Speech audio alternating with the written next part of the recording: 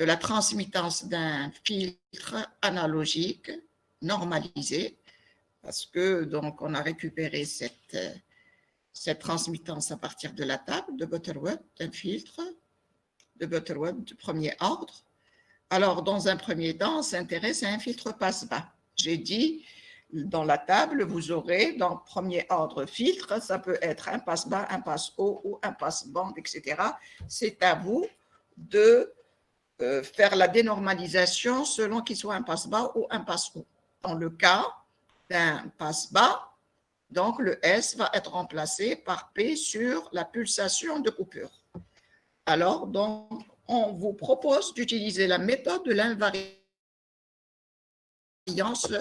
impulsionnelle pour une pulsation de coupure oméga C.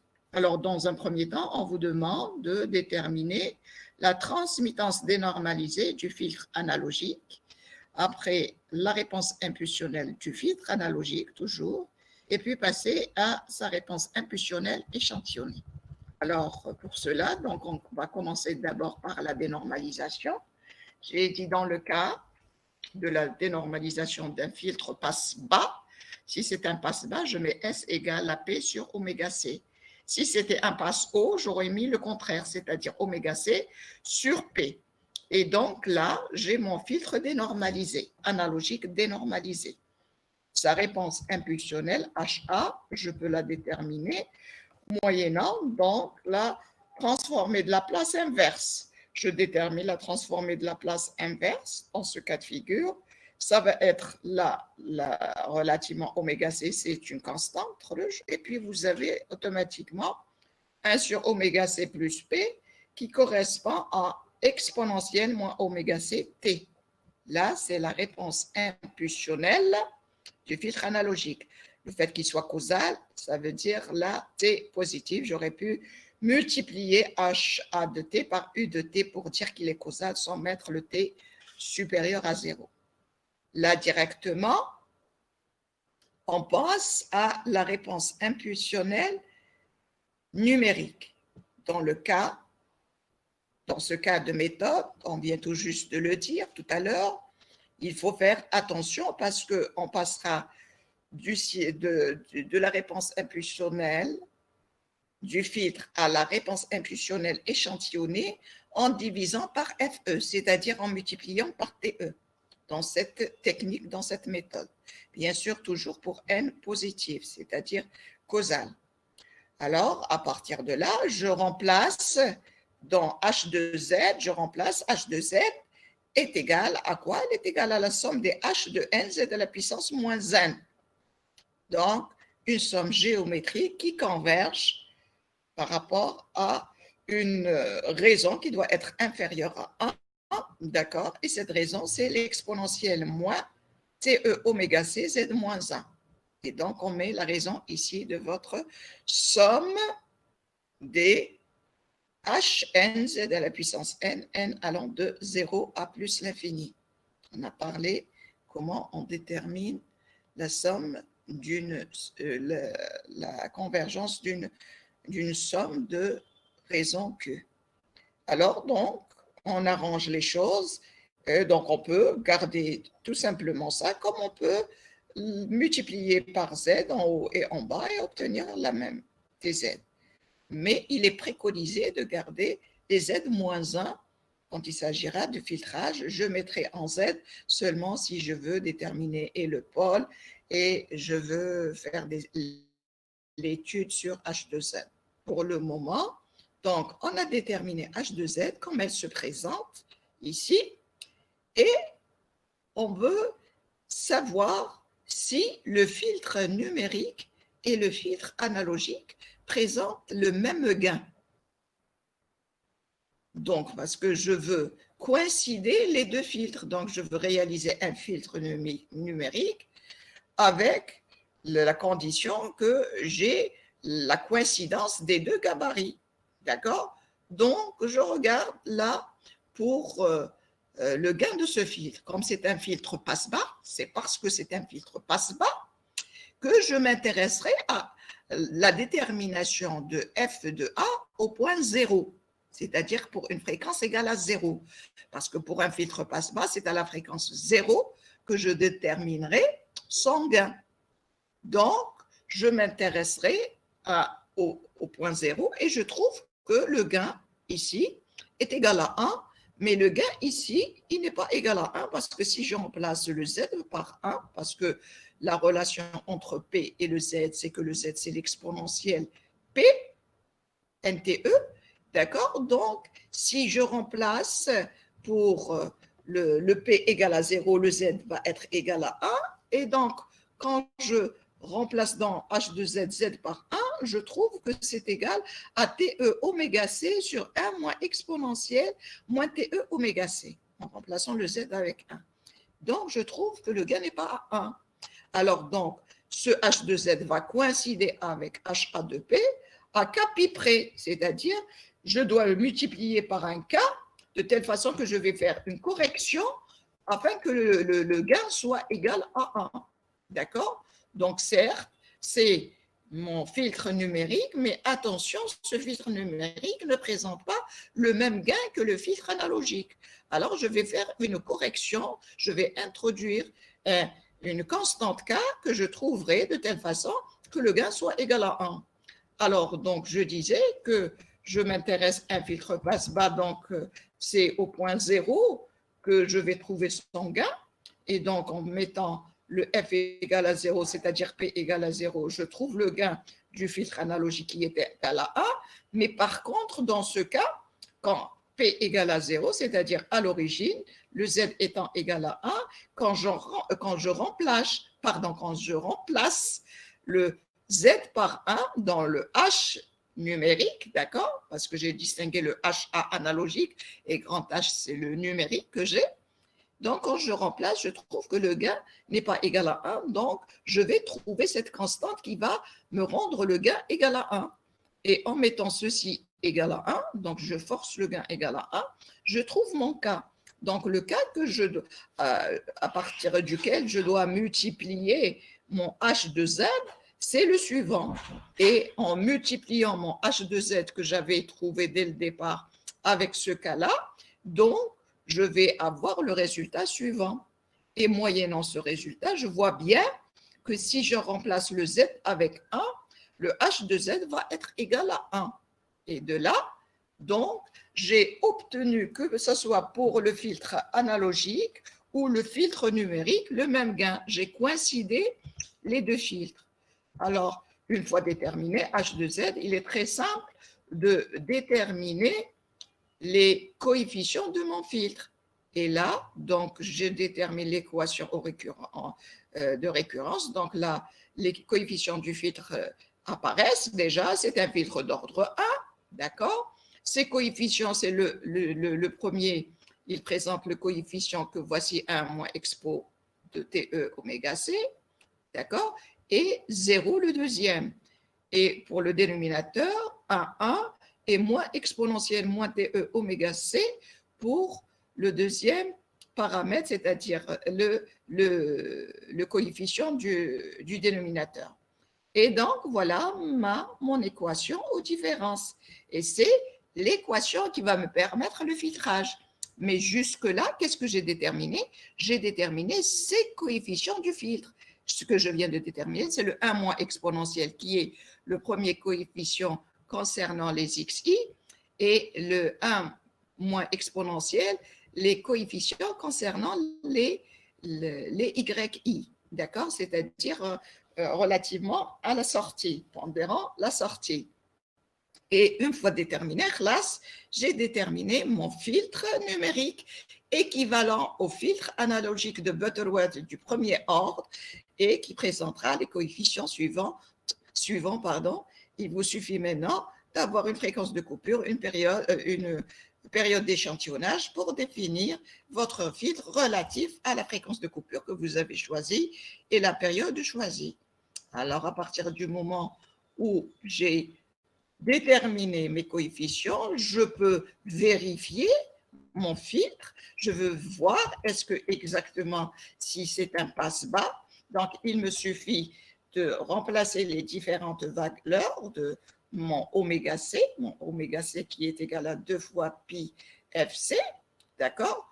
Alors, donc, je détermine mon oméga C, et puis, donc, je remplace dans le A0, le B0, je remplace donc mes coefficients sans déterminer, je peux vérifier ma réponse impulsionnelle, je peux vérifier ma réponse fréquentielle, est-ce que c'est bien un passe-bas avec la fréquence de coupure que j'ai choisie? Je pourrais choisir moi-même mes valeurs et vérifier. Je peux tracer le gabarit et à partir de ce moment, le filtre est établi et je peux même filtrer. Et donc, moyennant l'opération filter, par exemple ici, j'introduis un signal échelon à l'entrée de mon filtre numérique et j'obtiens Y, le signal échelon filtré, et je peux vérifier tous ces résultats moyennant MATLAB. Donc, il me donne la réponse impulsionnelle par rapport à ma fréquence de coupure que j'ai choisie qui était de 1 kg, d'accord? Par rapport à la fréquence d'échantillonnage qui était de 10 kg, d'accord? Je vois le filtre passe-bas, je peux vérifier la fréquence de coupure qui est bien au maximum sur racine de 2, d'accord? Qui correspond au maximum, elle est de bien 1 kg.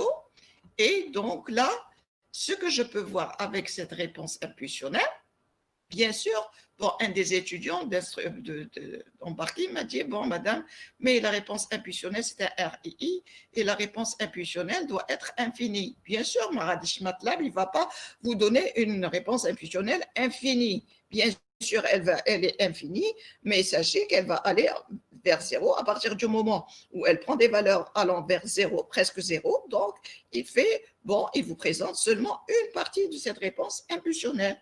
Il ne peut pas aller jusqu'à l'infini. Donc, là, c'est la réponse impulsionnelle infinie. Qu'est-ce que je peux voir à partir de cette réponse, a priori? Ce que je peux voir, c'est que mon système est bien stable. Parce que quand un tend vers plus l'infini, les coefficients de cette réponse impulsionnelle tendent vers zéro. D'accord?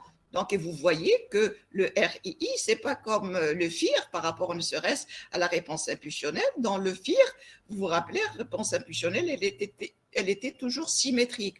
Les coefficients étaient symétriques. Et ici, les coefficients ne sont pas symétriques. Hein. Là, c'est une petite remarque. Alors, donc, la réponse indicielle de ce filtre passe-bas, et vous avez votre réponse indicielle, donc le résultat c'est-à-dire quand vous introduisez en entrée un indice. Là, pour un filtre passe-bas, je dirais aussi, pour un filtre passe-bas, la réponse indicielle vous donne quand un tend vers plus l'infini, le gain de votre filtre. Et le gain ici, vous le reconfirmez, il est bien égal à 1. D'accord? On le confirme à partir du gabarit du filtre, c'est-à-dire du module H de F, il est égal à 1, et vous pouvez le voir à partir de la réponse indicielle quand il s'agit d'un filtre passe-bas. Alors, pour cet exercice, qu'est-ce qu'on vous demande comme travail, si vous voulez travailler, pour ceux qui veulent travailler? Alors, donc, on vous demande d'implémenter l'équation de récurrence. Donc, ne pas utiliser filter pour un signal, par exemple, comme le signal échelon en entrée. Vous allez implémenter vous-même l'équation de récurrence, c'est-à-dire l'équation que vous avez moyennant les coefficients que vous avez, et vous allez trouver, en faisant une petite boucle de rien du tout, déterminer votre réponse indicielle. De la même manière, on vous demande d'implémenter la réponse impulsionnelle sans utiliser IMPZ. Parce que jusqu'à maintenant, c'était facile pour vous de tracer la réponse impulsionnelle. Donc, il vous suffisait de mettre IMPZ et vous tracez la réponse à une impulsion. Alors, dans ce cas de figure, comment je retrouve ma réponse impulsionnelle et comment je peux la tracer? Alors, on vous demande de faire ça, un petit exercice de rien du tout, pour faire donc en devoir, je crois, numéro 4. D'accord? Pour le devoir de la série 4. Voilà concernant cet exercice. Si vous avez des questions, oui. مدام اف سي كيفاش صبناها؟ وش من لا فالور قسمناها على غاسين دو باش تعطي لنا 1 كيلو؟ ما فهمتش. J'ai la question. اف سي فريكونس دو كوبور. La fréquence de coupure. La fréquence Oui. de coupure, on l'a posée telle quelle. Et la fréquence de coupure, je l'ai posée telle quelle. Mais seulement dans mon équation, quand j'ai trouvé mon équation avec la pulsation, parce que dès le départ, j'ai introduit une pulsation de coupure. La pulsation de coupure, c'est 2pi fc. Je multiplie seulement la fréquence avec 2pi et j'ai la pulsation. D'accord? Là, c'est la pulsation de coupure. Parce qu'on l'introduit dès le départ quand je fais le changement de S en P. Donc, je mets le S égale à P sur la pulsation de coupure. Et comme en développant et en trouvant mon filtre, j'ai trouvé les coefficients en fonction de la pulsation de coupure, je remplace. Je sais quelle est la relation entre la fréquence de coupure et la pulsation. C'est une histoire de 2pi. Donc, je multiplie par 2pi. Oui? C'est bon, madame, merci. Oui, question, une autre question? Une autre question? C'est compris? Une autre question? Bon. Madame, Oui. Madame, s'il vous plaît, au niveau de la troisième question de Tleflé, j'ai pas vraiment compris bien. Est-ce que vous pouvez me le Oui, répéter? il n'y a pas de souci. C'est-à-dire quand il s'agissait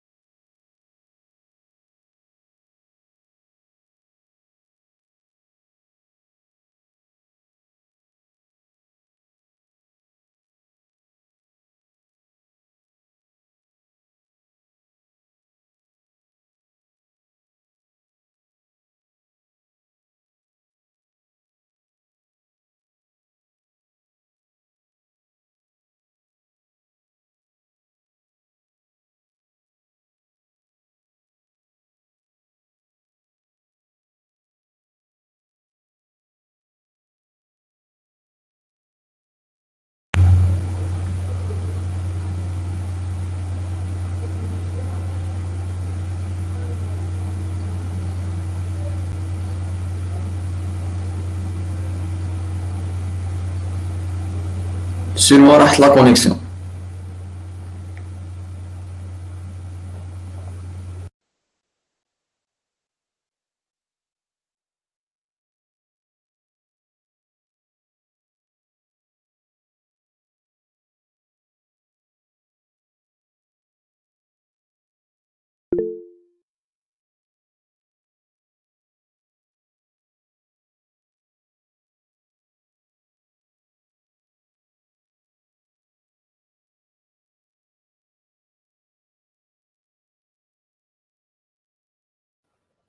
Bon, je reprends. Donc, il y avait une question concernant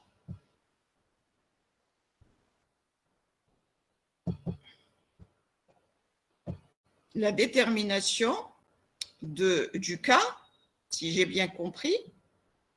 Donc, votre camarade a demandé comment on retrouve le cas et le pourquoi. Alors, le pourquoi, c'est que le filtre analogique qu'on a ici, le HA, et le filtre numérique, le HZ, présentent des gains différents. Le gain de HA, puisque c'est un passe-bas, je l'obtiens pour P égale à 0, c'est-à-dire à F égale à 0, j'obtiens la valeur du gain. Ça va de soi, un passe-bas. D'accord? Si c'était un passe-haut, à l'origine, c'est un 0 pour un passe-haut, ou un passe-bande, ou un coupe-bande. D'accord? Mais pour un passe-bas, je sais que c'est à l'origine, je peux déterminer son gain, donc à l'origine, c'est le gain. Et de là, j'obtiens le gain de H de 0 qui est égal à 1. Si je regarde le gain de H de Z, il n'est pas égal à 1. Donc, je vais le corriger. Je vais le corriger en introduisant une constante. Il sera égal à 1. Je vais choisir un cas de telle sorte, il va être égal à 1. Alors, pour cela, donc, je me place dans le cas où F, c'est-à-dire dans le cas où je peux déterminer le gain. Le gain est déterminé pour F égale à 0, c'est-à-dire pour un Z égal à 1. On l'a déjà établi auparavant. On a déjà parlé de cette histoire. Je peux déterminer le gain d'un filtre passe-bas à F égale à 0 pour l'analogique. Et pour le numérique, je peux déterminer ce gain pour F égale à 0, c'est-à-dire pour Z égale à 1.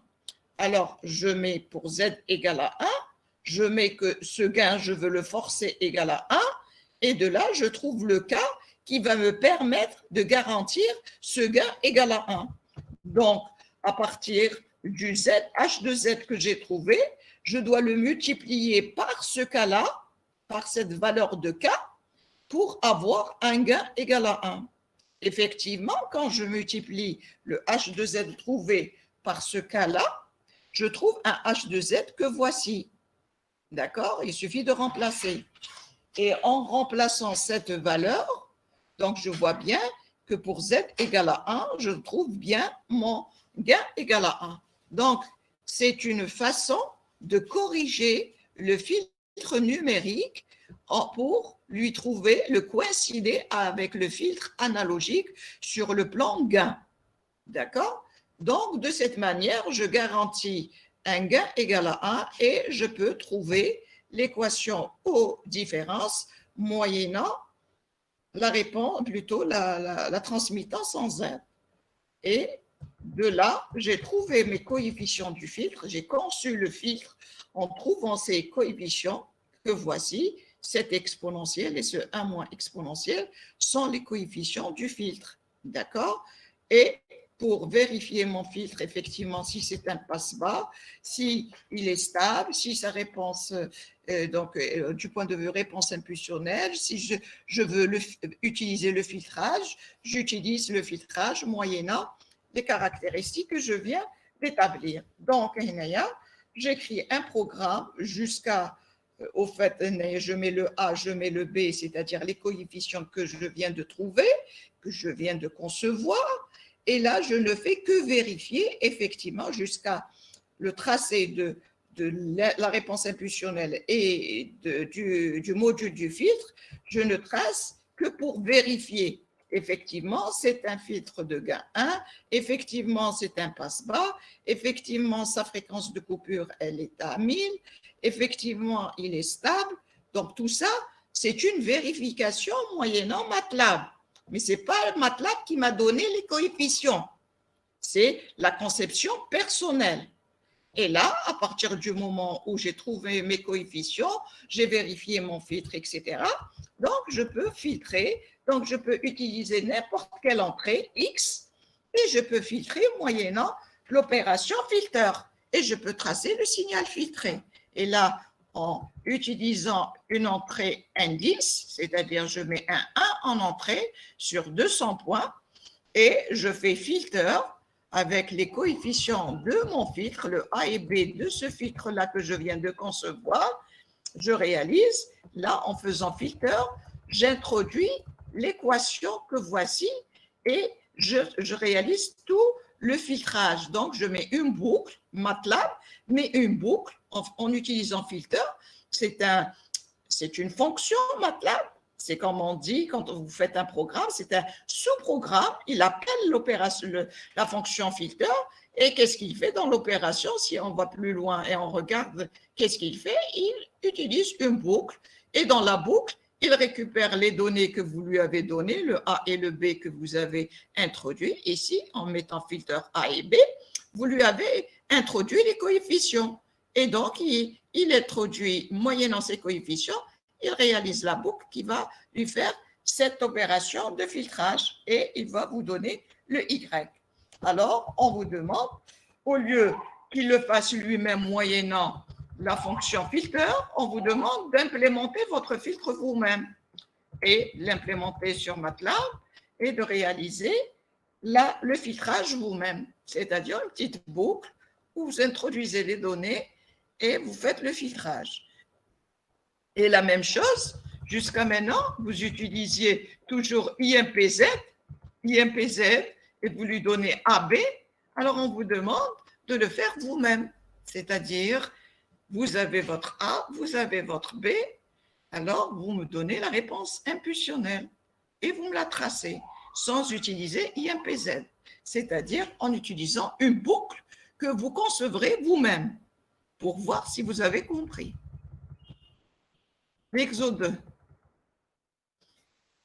L'exo 2, alors toujours dans le cadre, c'est-à-dire pour vous donner une idée des exercices que je pourrais donner éventuellement dans les examens, c'est un exercice, une partie, c'est même pas l'exercice tout en entier, une partie de l'exercice un des exercices que j'ai donné en examen.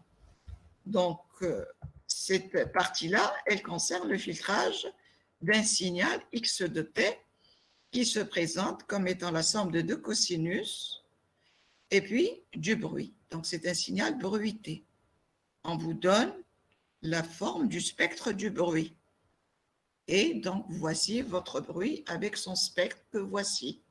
Le spectre du bruit, c'est deux portes, une centrée en 1000 et l'autre centrée en plus et en moins, puisque, c'est-à-dire, c'est toujours symétrique. Donc, c'est une porte en 1000 et une porte en moins 1000. Et le cosinus, bien sûr, chaque cosinus va être représenté par deux raies. D'accord? Par exemple, celle de 400 et une autre qui est de 600. Donc, les deux raies, les deux premières raies de part et d'autre, c'est celle de 400 et de part et d'autre, les 600. Donc, là, c'est un tracé rapide que vous pouvez faire manuellement. Moi, c'est MATLAB qui m'aide parce que ce n'est pas esthétique de le faire manuellement et vous le présenter manuellement. Donc, je l'ai fait avec MATLAB. Mais vous devriez, dans un examen, le faire vous-même. D'accord? Manuellement. Alors, donc là, c'est x de f. On vous demande, dans un premier temps, x de f. Normalement, c'est bon. Vous avez eu le réflexe, vous avez le réflexe de déterminer les TF. On ne va pas rentrer dans les détails comment on détermine la TF d'un cosinus. D'accord?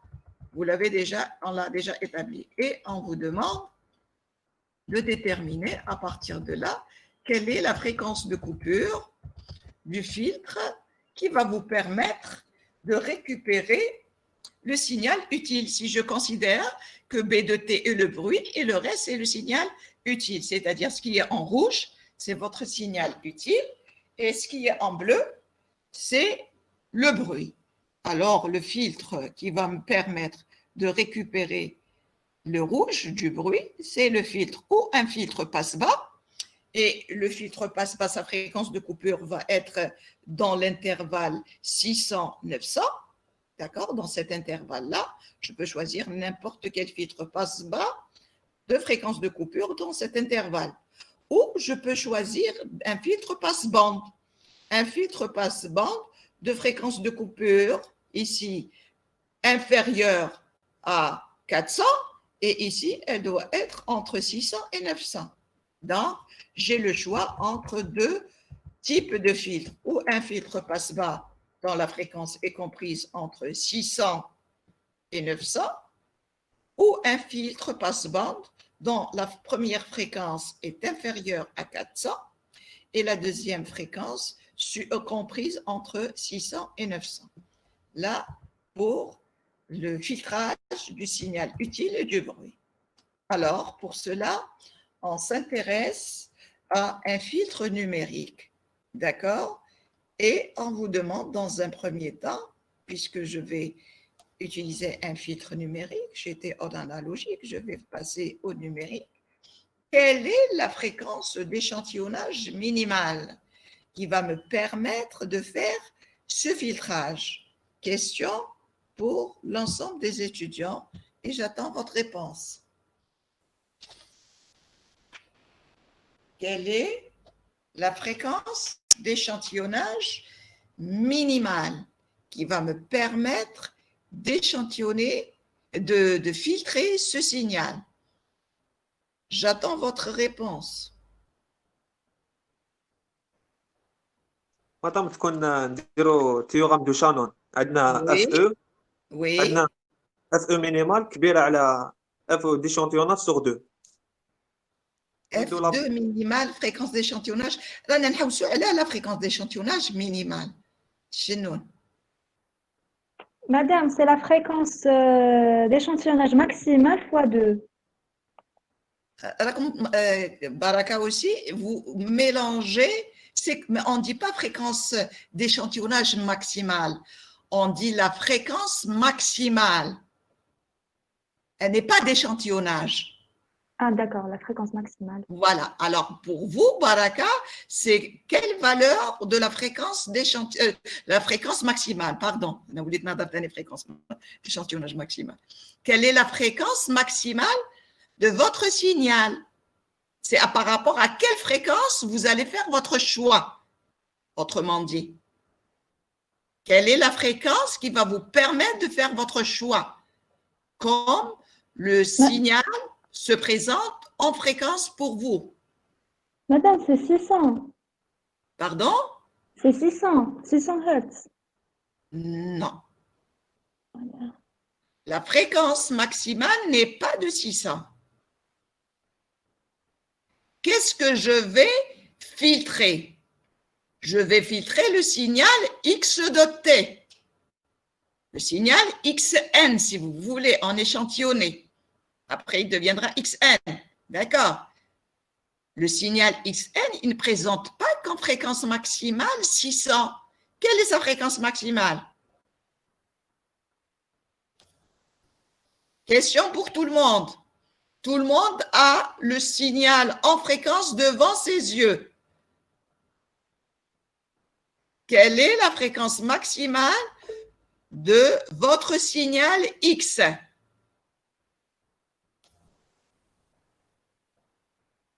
Zien, tu aurais pu le dire toi-même.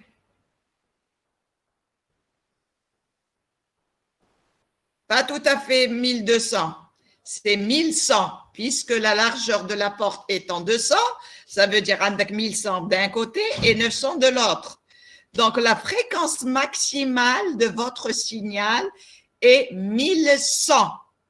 C'est par rapport au signal d'entrée. Et non pas le signal utile. Le signal utile, c'est ce que je vais récupérer. Ce que je vais récupérer, ça sera, je ferai attention pour la fréquence de coupure. Mais la fréquence d'échantillonnage, c'est par rapport au signal d'entrée, le signal qui va rentrer. Sa fréquence maximale parce qu'il contient le bruit. Et le bruit, il est intrinsèque à mon signal. Donc, le spectre du signal X, c'est la valeur maximale, sa valeur maximale est de 1100. Donc, je dois faire attention par rapport à 1100. Et donc, ma fréquence d'échantillonnage minimale doit être 2 fois le 1100 Hertz. D'accord pour tout le monde? Le signal d'entrée n'est pas seulement le rouge, c'est le rouge plus le bleu. D'accord? Madame, s'il vous plaît, le signal bleu, minha يبدا parce que maïch تبان. Pardon? Le signal bleu, Et minha يبدا parce que maïch يبان. يبدأ من 900 ويكمل 1100 puisque la largeur تاع le recte est de 200. Oui, il est centré en 1000. Donc, 100, 1200, 1100. Voilà. D'accord? Il est centré en 1000. Donc, il va 1100, il a 900. Ah, d'accord, madame. Merci. D'accord. Donc, la fréquence d'échantillonnage minimale est de 2200 Hz. Si vous choisissez de réaliser le filtre numérique type RII, donc on veut numériser en exploitant un RII, c'est-à-dire un filtre à réponse impulsionnelle infinie. Donner la forme générale de sa transmittance en Z. Cette question est une question pour voir si l'étudiant connaît qu'est-ce que c'est un filtre RII et comment se présente la transmittance d'un filtre RII. Donc, je l'écris tout simplement, la H2Z, le numérateur en AI et le dénominateur en BI. Le BI ou la AI n'est pas important. Si vous l'appelez BI, il faut que AI, ce n'est pas important. L'important ici, c'est l'ordre égal à 3. Là, je vois bien le numérateur, il va de 0 à 3 et le dénominateur, comme je l'ai dit en cours, attention, c'est de 1 à 3. S'il met 0 à 3, ça veut dire que l'étudiant n'a rien compris. Ou bien il a fait une erreur d'inattention. On peut faire une erreur d'inattention. Mais j'attire votre attention. Ici, ça va de 1 jusqu'à 3, l'ordre étant 3. D'accord? Et là, donc, on a écrit la transmittance de façon générale. Alors là, on se donne le filtre analogique qu'on veut approximer, qui est le suivant. Et on cherche le filtre numérique, les coefficients du filtre numérique. Alors pour cela, on va passer par l'étape d'abord de l'étude du filtre analogique. Donc le filtre analogique, on écrit son équation différentielle qui est la suivante que je vous ai donné à faire en devoir. C'est pour ça que je donne un deadline pour les devoirs à remettre. Donc, vous l'avez fait pour certains. Donc, vous avez l'équation différentielle quand il s'agit du continu. Et à partir de cette équation différentielle, on passe à la transformée de Laplace pour faciliter la résolution de l'équation et trouver Y. D'accord? On passe à la transformée de Laplace. La transformée de Laplace vous permet de récupérer la transmittance en P. Et j'obtiens ma transmittance en P. Cette transmittance en P, son passage à F, d'accord, à la fréquence, vous permet d'avoir une idée sur le type de filtre. Le type de filtre, ce n'est pas à coup d'œil. Quoique, on comprend que fait une capacité, elle touche les hautes fréquences, d'accord, elle filtre les hautes fréquences, etc. Mais là, ce n'est autre que du blablabla, c'est-à-dire du blablabla, c'est-à-dire c'est pas exact. C'est pas l'exact, c'est avec des équations mathématiques. L'exactitude, c'est avec les maths. C'est des sciences exactes. Mais pour me dire, parce que c'est une capacité et la capacité filtre, certes, ça vous aide, mais la confirmation du type de filtre se fait mathématiquement. C'est-à-dire, c'est pas à vue d'œil, mais c'est en déterminant. Certes, peut-être à vue d'œil, vous avez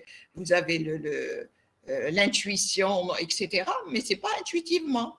On démontre mathématiquement que le module, c'est la partie imaginaire au carré plus la partie réelle au carré en racine. Je trouve la formule mathématique du module et à partir de cette formule mathématique, je trace ce module. Je trace ce module. Quand f égale à 0, je mets f égale à 0, ça vaut 1. Quand f tend vers plus l'infini, ça tend vers 0. C'est mathématiquement parlant que je dirais que c'est un passe-bas. Il laisse passer les basses fréquences et il coupe les hautes fréquences. Là, je dis un passe-bas. Ce n'est pas à vue d'œil parce que c'est la sortie sur les capacités. Je dirais que c'est un passe-bas parce que c'est la sortie sur les inductances. Je dirais que c'est un passe-haut. Non, c'est mathématiquement, c'est des sciences exactes. D'accord? Donc, là, vous confirmez que c'est un passe-bas. D'accord? Et puis après, on vous demande d'utiliser, donc puisque vous êtes en RII, vous avez trois possibilités d'utilisation trois possibilités qu'on vous a exposées en cours. Mais il existe plusieurs méthodes encore pour passer de la transmittance analogique vers la transmittance numérique. Et dans les méthodes qu'on vous a données. On vous a donné comment passer de la transmittance en P vers la transmittance en Z, moyennant la technique de la dérivée. Et moyennant la technique de la dérivée, je remplace le P par 1 moins Z moins 1 sur TE, tout simplement, bêtement, sans chercher à comprendre. Je chercherai à comprendre pour savoir comment je suis passé de P vers 1 moins Z moins 1 TE. D'accord? Mais sinon, si je vous donne, je veux, ou bien vous voulez directement, vous avez un RII et vous voulez passer, plutôt, vous avez un filtre analogique et vous voulez trouver son équivalent numérique, il vous suffit de remplacer ce P ou ce P-là ou le P qu'on a trouvé en utilisant l'approximation de l'intégrale. Ici, on vous demande celui de la dérivée, c'est simple, je remplace, je mets les Z-1 ensemble, les Z-2 ensemble, et de là, moi, TZ est défini, mes coefficients sont définis, les coefficients seront les suivants. J'aurai ce coefficient constant dans le dénominateur, j'aurai un deuxième coefficient pour les Z-1 et j'ai le troisième coefficient de LC pour le Z-2. Numérateur, je n'ai qu'un seul coefficient qui est le TE au carré. Donc, les AI présentent que le A0 qui est égal à TE au carré. Mais au dénominateur, ce TE au carré. Mais au dénominateur, j'ai plein de G et le B0 qui n'est pas égal à 1 dans ce cas de figure, il est égal à cette grandeur, grand A. J'ai le B1 qui est égal à cette grandeur. Attention, Naya, j'ai mis Z-1, le Z-1, pardon. Le Z-1 n'y est pas, donc Naya, le Z-1, j'ai oublié en faisant copier-coller. J'étais victime de mon copier-coller et j'ai gardé le Z-1. Donc, des fois, on fait des erreurs de frappe, de copier-coller, etc., qui fait qu'on fait des petites erreurs quand on vous donne le corrigé. Donc, vous voyez déjà comme ici, j'ai fait copier-coller et j'ai fait une erreur en mettant le Z-1. Convenez bien avec moi que le B ne contient pas de Z-1. Ça va de soi. D'accord? Donc, pour vous dire que des fois, il y a des petites erreurs, des petites cookies qui s'introduisent dans notre corrigé. Alors, donc, voilà. Et de là, à partir de ce H de Z, c'est bon. J'ai conçu mon filtre. Mon filtre, c'est ces coefficients, c'est ce moins B sur A, ce moins C sur A, c'est ce TE au carré sur A. Voilà les différents coefficients de ce filtre, que ce soit les AI ou bien les BI. Donc, je viens de les déterminer. Et si je veux implémenter mon filtre, j'implémente le numérateur. Dans mon numérateur, j'ai que la constante A0 qui est de TE au carré et les autres sont nuls. D'accord? Je vois directement ici, c'est plus facile de le voir à partir de H de Z. L'implémentation se fait à partir de H de Z. C'est pour ça que vous avez IMPZ, FREC Z, parce que tout ça, c'est déterminé à partir de H de Z. Et donc, je peux récupérer directement IMPZ pour vérifier la réponse impulsionnelle. Le FREC Z va me vérifier la réponse fréquentielle et je peux, à partir de ce moment, le filtre étant vérifié, établi, je peux introduire n'importe quelle entrée, qu'elle soit cosinus ou une entrée indicielle ou n'importe quelle autre entrée, et je réalise le filtrage de mon signal moyennant filter. Et je peux tracer le filtre. On me demande de vérifier la stabilité. La stabilité peut être vérifiée moyennant IMPZ.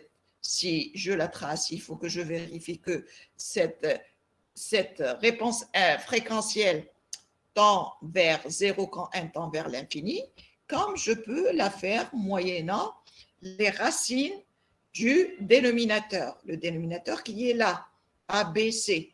D'accord? Puisque j'ai un filtre d'ordre 2. Il y a 3 coefficients.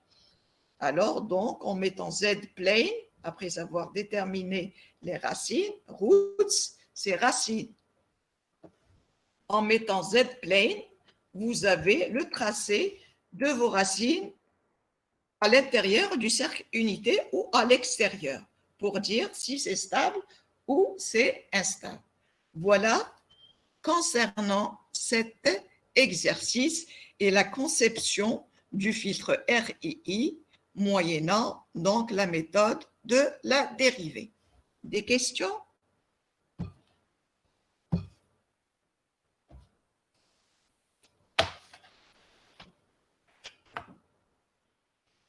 Des questions?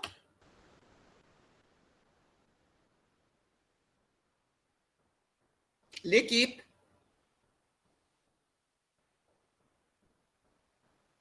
Vous suivez? Oui, madame. Pas de questions?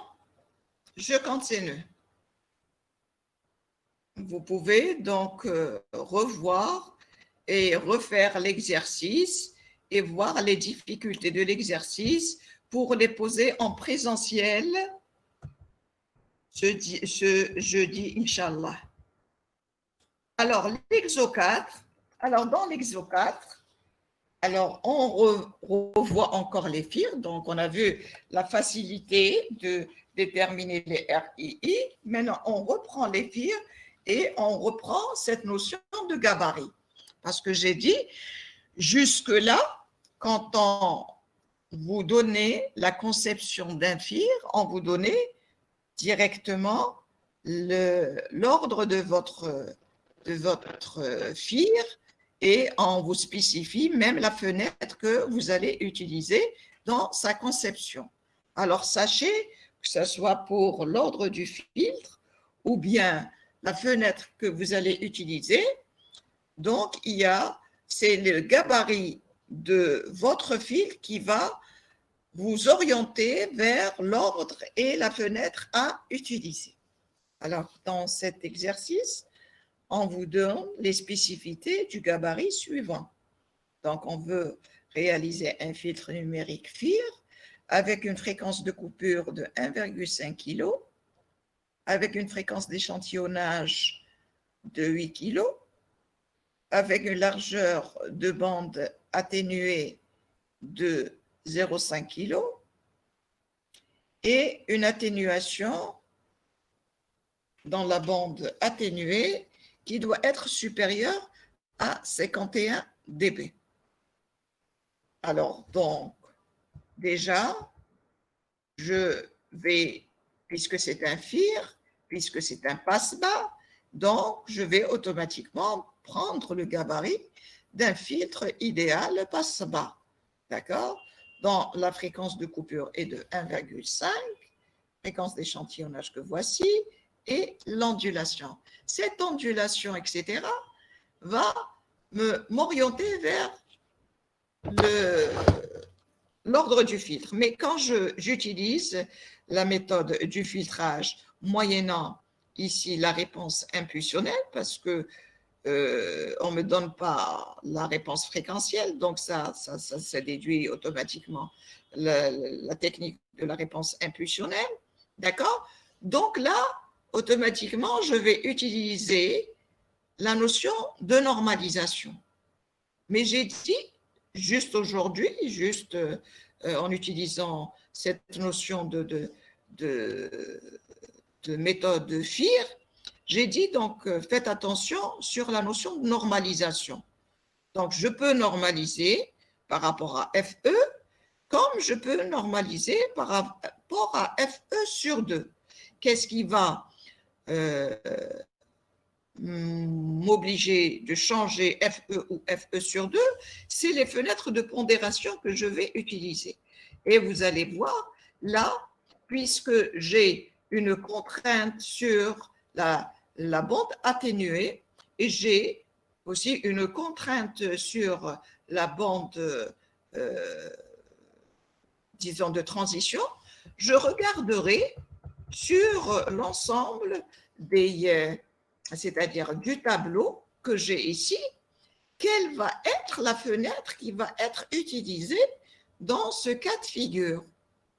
Donc, je regarde les données qui sont ici représentées dans ce tableau. C'est les données concernant la largeur de bande de transition et c'est les données concernant l'atténuation en bande atténuée, l'atténuation par rapport au lobe secondaire de la fenêtre que je vais utiliser. Donc, j'ai dit ce qui m'intéresse parce que dans la fenêtre rectangle, qu'est-ce qui était la problématique de la fenêtre rectangle? C'est l'amplitude du lobe secondaire. Les lobes secondaires, c'est-à-dire les lobes qui viennent juste après le lobe principal. Leur amplitude était très importante par rapport à celle des autres fenêtres. Bien sûr, ici en dB, c'est l'inverse. D'accord?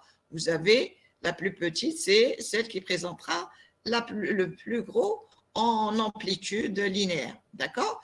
Donc, l'atténuation du lobe secondaire est très importante dans la fenêtre rectangle. Donc, ici, dans les contraintes qu'on m'a données, c'est pas par rapport au lobe secondaire.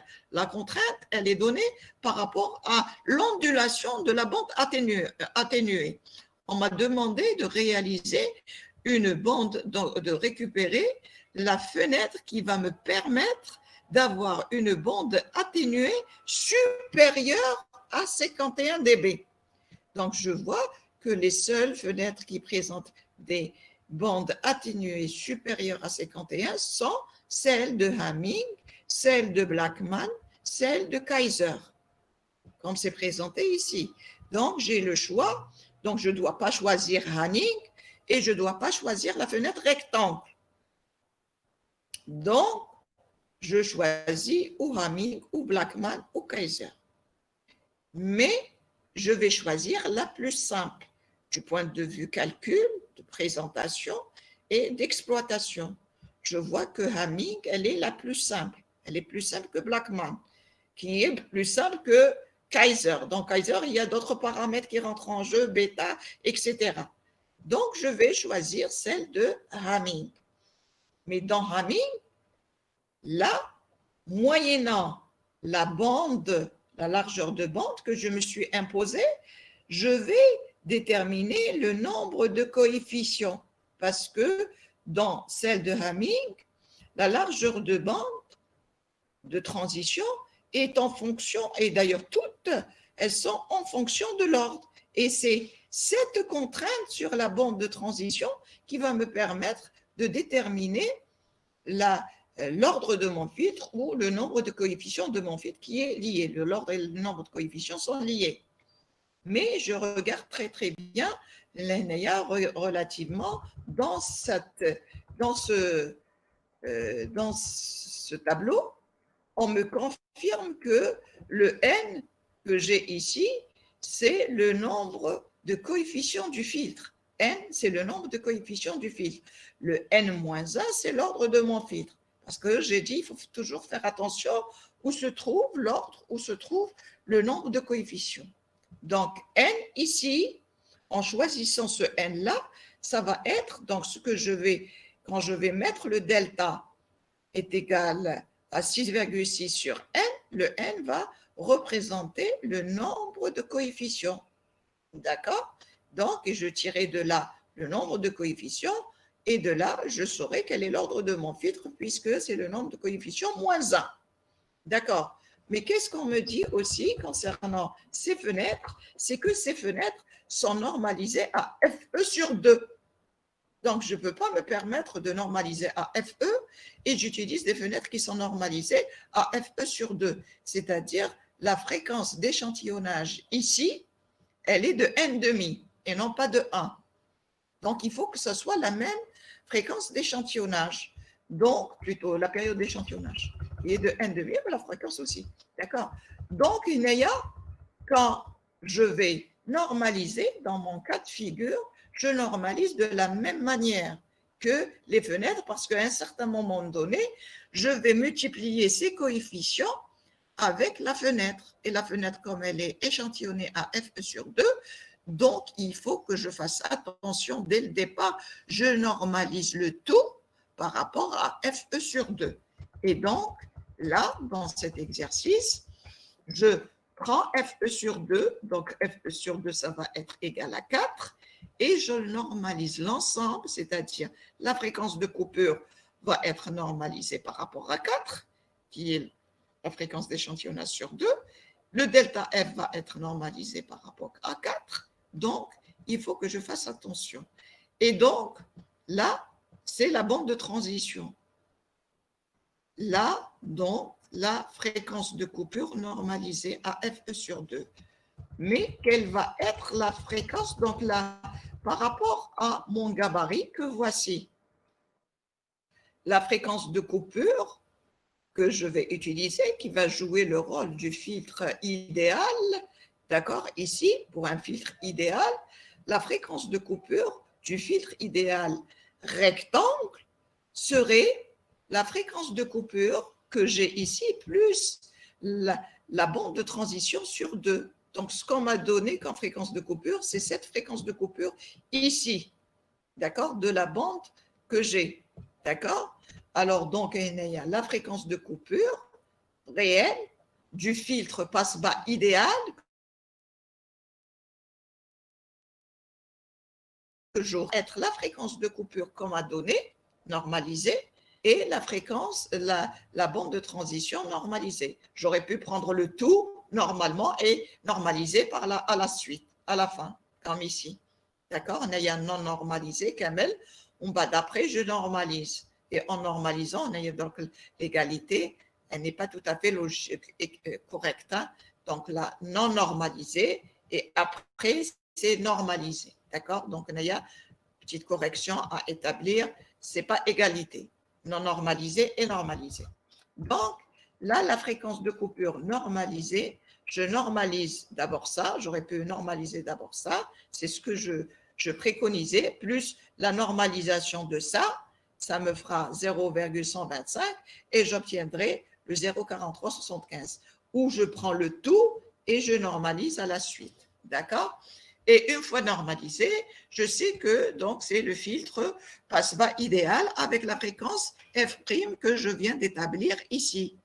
Et bien sûr, donc puisque la largeur, ça va de moins FC, donc moins FC sur 2A plus FC sur 2, donc ça sera cette fonction sinus cardinale que j'ai donnée ici. Et donc, là, j'avais établi la fréquence, le coefficient du filtre que je veux implémenter. Et à partir de là, j'ai dit que c'était grâce au fait de l'atténuation, j'ai pu choisir la fenêtre que je vais introduire. Et la fenêtre que je vais introduire, c'est une fenêtre de Hamming, puisqu'il présente l'atténuation supérieure à 51 dB. Et de là, je récupère la bande de transition qui est normalisée à 0,125 que je viens d'établir juste avant, et c'est elle qui va me donner le nombre de coefficients. Le nombre de coefficients est de 52,8.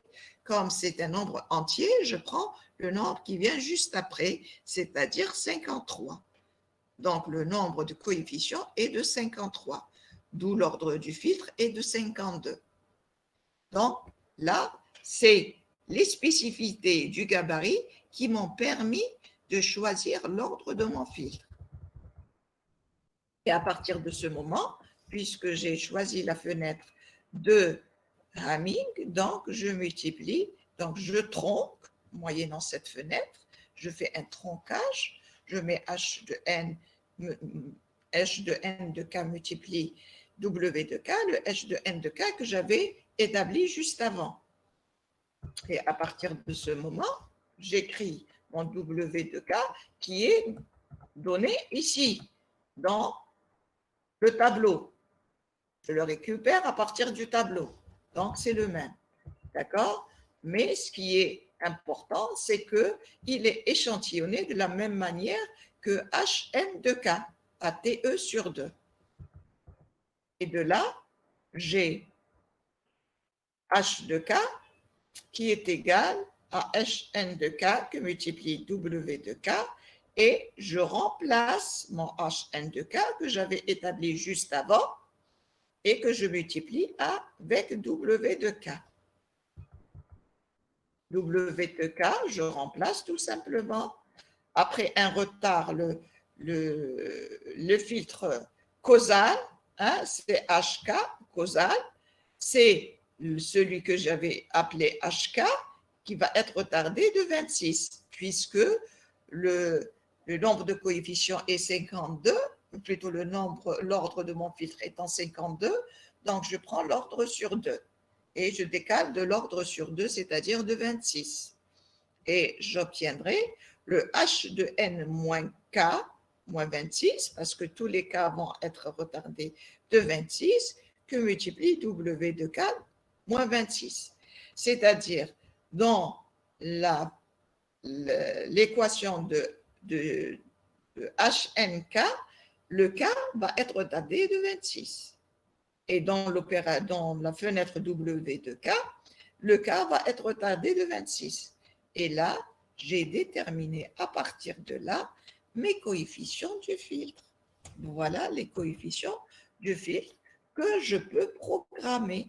Maintenant, je programme ces coefficients, je donne la fréquence de coupure que j'ai normalisée, d'accord?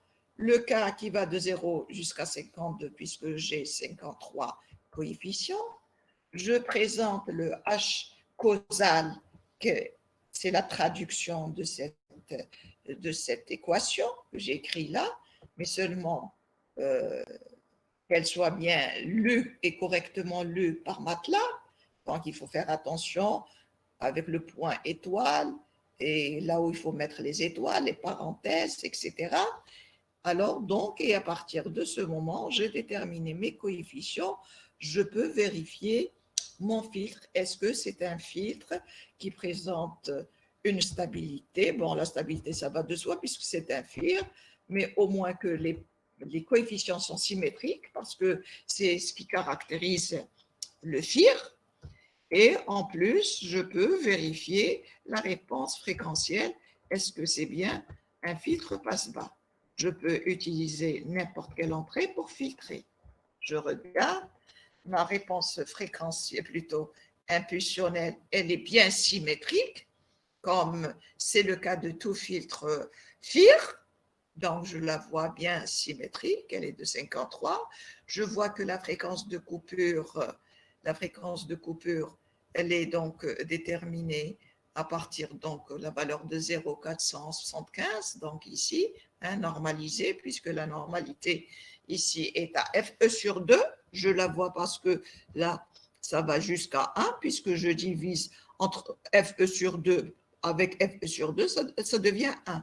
Donc, automatiquement, je vois que c'est jusqu'à 1 que ça va, puisque la normalité a été à FE sur 2.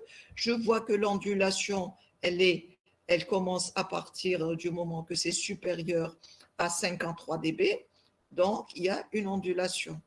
Et donc, voilà, le filtre a été vérifié et je peux utiliser même, donc maintenant, là, je filtre et le filtrage m'a donné ce résultat de la réponse indicielle.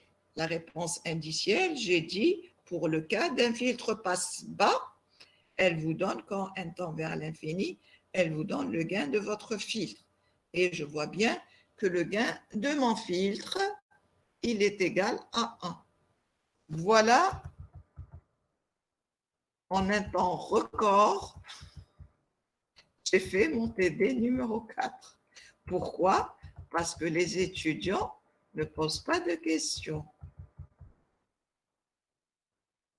Et donc, tant que vous ne posez pas de questions, moi, je présente mes solutions. Des questions? Des questions?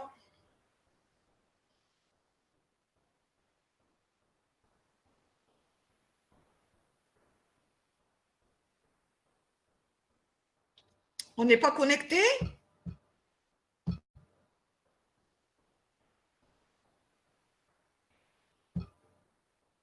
Est-ce qu'on n'est pas connecté? Est-ce qu'on est Madame, connecté? Oui.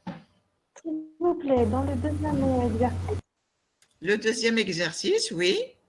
oui, qui قال لك هنا donner tracer le module de H2F du filtre idéal et donner sa fréquence de coupure. هنا كيفاش تراسيناه ما فهمتش.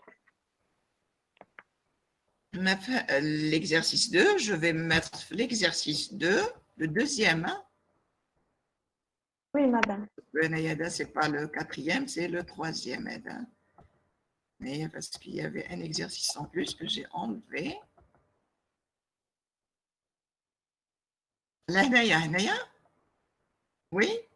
Oui, madame. Quelle question? La question numéro 2. Numéro 2, pour Oui. déterminer, déterminer la fréquence de coupure? Non, comment tracer? Comment on a pu tracer le spectre? Ce tracé-là que voici? Oui. Ce tracé que j'ai tracé ici en rouge et en bleu? Oui, madame. Là, on trace le spectre. Là, c'est x de f. Tu as compris le x de f ici, comme je l'ai mentionné ici, 1/2 de delta Oh, de delta f. F. Oui, tu l'as vu? Oui, madame. Oui. Alors, le BF, c'est 2 rectangles. C'est mentionné BF ici, en haut. BF est égal à un rectangle de largeur 200 au point 1000, c'est-à-dire ce rectangle-là. Et le rectangle, il a une largeur de 200, c'est-à-dire il va de 900 jusqu'à 1100. D'accord? Oui. Et un autre rectangle au point 1000, moins 1000, centré en moins 1000. D'accord? Il va de moins 1100 jusqu'à moins 900. D'accord? Et les réhédos, elles ont une amplitude de 1/2. Là, pour les portes avaient une amplitude de 1. Hein, juste avant, il n'y a rien du tout, c'est un 1. Mais le x de f, les cosinus ayant une amplitude de 1, sur le plan spectral, elles deviennent 1/2, 1/2. Là, les deux premières de part et d'autre du zéro, c'est celle de 600, de 400, pardon, et les autres, les deux autres, c'est celle de 600. D'accord? Ça, je reprends le tracé. Hein? Question un peu bête. Mais كيفاش عرفنا Non, mais كانش bête. Là, peut-être, question de mal compris. Oui? la largeur تاع les deux spectres. كيفاش عرفنا la La largeur? largeur des deux portes. Oui, des deux portes, voilà. Oui. La largeur est de 200. C'est mentionné ici une largeur de 200. Tu vois ici, rect 200? On met directement toute la largeur du rectangle. La largeur étant 200, étant centré en 1000, ça te fera 1100 et 900. C'est pas bête. Merci. Oui. Une autre question.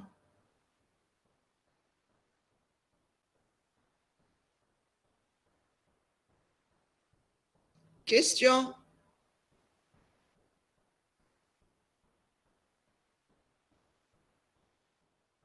Bon, si vous n'avez pas de questions, on ne va pas s'éterniser ici. Madame, Oui. madame,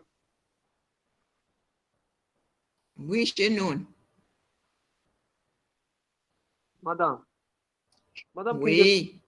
كنديروا normalisation par rapport à FE. Oui. راح نرجعوا l'amplitude égale à 1. Oui.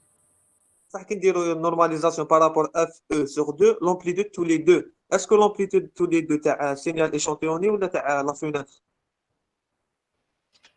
Est-ce que qu'est-ce que tu as dit? Est-ce que la fréquence d'échantillonnage du signal échantillonné ou bien, alors tu vas voir, là quand on fait FE sur 2, je l'ai dit tout à l'heure en cours, j'ai dit FE sur 2, quand tu normalises par rapport à FE sur 2, sur le plan coefficient du filtre, ça ne va rien changer. tu le fais, tu essaies de le faire. Donc, comme je l'ai mentionné tout à l'heure, si vous vous rappelez, le slide où il y avait l'exemple concernant la porte. J'avais mentionné les deux FC. Et j'ai parlé de MATLAB qui utilise au lieu de normaliser par rapport à FE, il normalise par rapport à FE sur 2. Tu te rappelles? Tu étais présent. Chenoun. تكتبها ولا لا؟ نحي الميكرو وجاوبني. شنون؟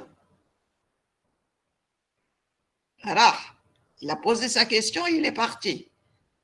Bon, pour les autres, là, le fait d'échantillonner par rapport à FE sur 2, ça ne va rien changer quand je échantillonne l'ensemble du signal.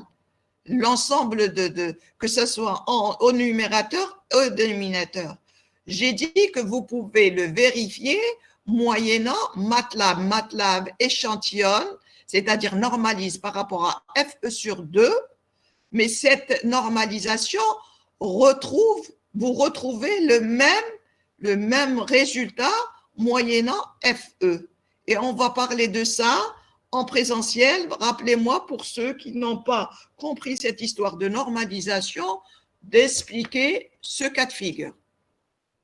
Parce que je ne peux pas, puisque pour le moment, c'est moyennant le cours, et donc je ne peux pas écrire la formulation devant vous.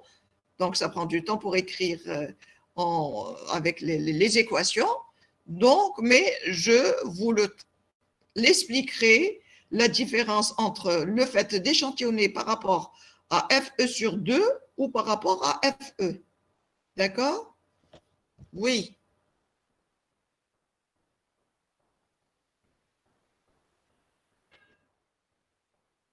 Pas de questions? Donc, essayez de voir votre cours, essayez de voir votre TD, même votre TP. Je fais de sorte que ça va tous ensemble, que vous puissiez exploiter l'ensemble, que ce soit votre TD, votre TP ou votre cours. Et donc, là, essayez de poser toutes les questions possibles en présentiel. Donc, je vous donne rendez-vous en présentiel, sûrement le jeudi. Donc, vous aurez votre planning bien sûr, avant le dimanche. Donc, il n'y a pas de souci pour le dimanche, ça sera toujours vos TP avec le mardi. Il y aura un petit changement concernant les programmations de TP, parce qu'il y a un TP qui rentre en jeu et donc il fallait donc revoir l'ensemble de la programmation et de deux, il y avait vos camarades du groupe 1 et du groupe 2 qui ont fait le TP2 de métrologie et d'instrumentation. Et donc, automatiquement, ils ont fait aussi, cette fois-ci, le TP de capteur et le TP de tasse. Donc, ils ne pourront pas continuer à faire 5 TP par semaine. Donc, automatiquement, j'ai corrigé la programmation en introduisant le 3e TP et en essayant d'arranger l'ensemble de vos camarades de telle façon que vous ayez au plus 4 TP par semaine, au plus, mais pas 5 TP. D'accord? Donc, vous aurez bien sûr le planning très, très prochainement, peut-être demain, peut-être aujourd'hui, et l'emploi du temps le plus tôt possible. Je vous remercie et Madame, à la prochaine, Inch'Allah, oui. Madame, s'il vous plaît, vous pouvez nous envoyer les corrections TD? Non, non, les corrections de TD, le TD se fera en ligne, de telle façon que les gens qui ne sont pas présents, je ne dirai pas des choses méchantes d'eux maintenant. Non, madame, il y a des problèmes de connexion, des coupures d'électricité. Eh bien, donc, qu'au problème de connexion, vous n'êtes pas présent pour la connexion, donc vous pouvez vous référer donc à ce que vous avez enregistré et le voir le moment opportun Donc, vous avez au moins une fois, vous pouvez le voir au moins une fois. Donc, vous avez vos corrections, vous avez votre TD devant vous, essayez de le faire. Vous savez où vous avez des problèmes concernant ce TD-là. Vous pouvez le faire moyennant l'enregistrement. S'il n'y a pas d'enregistrement encore, il y a le présentiel. Dans le présentiel, vous pouvez me poser votre question. Si vous avez des problèmes de connexion, vous êtes peut-être la seule ou quelques-uns qui ont problème de connexion, mais la plupart ne sont pas présents en TP, en TD. Donc, pour les sanctionner, je donnerai pas mon TD qui soit présent, l'IBER qui soit pas présent, qui se débrouille sur Internet. Point à la ligne, point barre. Je fais un effort, que tout le monde fasse l'effort. Je suis pas là pour faire le seul effort. Quand je fais un TD ou un cours, je prends toute une semaine en train de le préparer, en train d'écrire des formules mathématiques pour que vous compreniez que je me donne de la peine. Pourquoi cette peine? Pour que vous expliquez. Et si vous prenez même pas la peine d'être présent, je m'en fiche. Pour ceux qui ne sont pas présents, qu'ils prennent leurs responsabilités. Vous êtes assez grand pour prendre vos responsabilités. Point à la ligne. Donc, si je fais ce travail, si je le fais correctement, je le fais pour les gens qui veulent étudier, qui veulent apprendre. Et je suis là pour ça. Et pour ceux qui veulent se la couler douce et à la fin copier mes résultats, mes données pour me donner les résultats à la fin le jour de l'examen, je ne travaille pas avec ceux-là. Je travaille avec ceux qui sont sérieux. Parce que je considère que je suis sérieuse dans mon travail. Point barre. Mais ce n'est pas pour vous. Donc là, si vous avez des problèmes de connexion, vous faites l'effort de faire vos exercices, de refaire vos exercices. Vous pouvez me voir, vous pouvez me consulter même les journées où il n'y a pas présentiel, où je serai à la faculté. Quand vous avez des TP, en général, je suis à la fac. Donc, vous pouvez passer au niveau du labo 41 et me poser vos questions. C'est tout ce que je peux faire. Des questions? OK. Alors sinon, à la prochaine. Merci.